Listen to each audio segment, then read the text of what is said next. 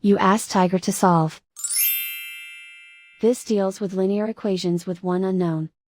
The final result is x equals 59. Let's solve it step by step. Simplify the expression. Group like terms. Simplify the arithmetic.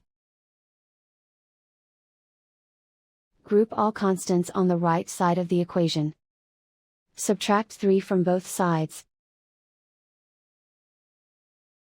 Simplify the arithmetic.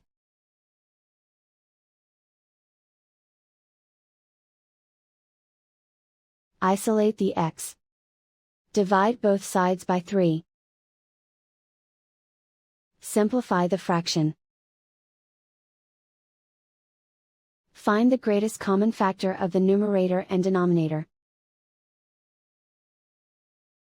Factor out and cancel the greatest common factor. And so the final result is x equals 59.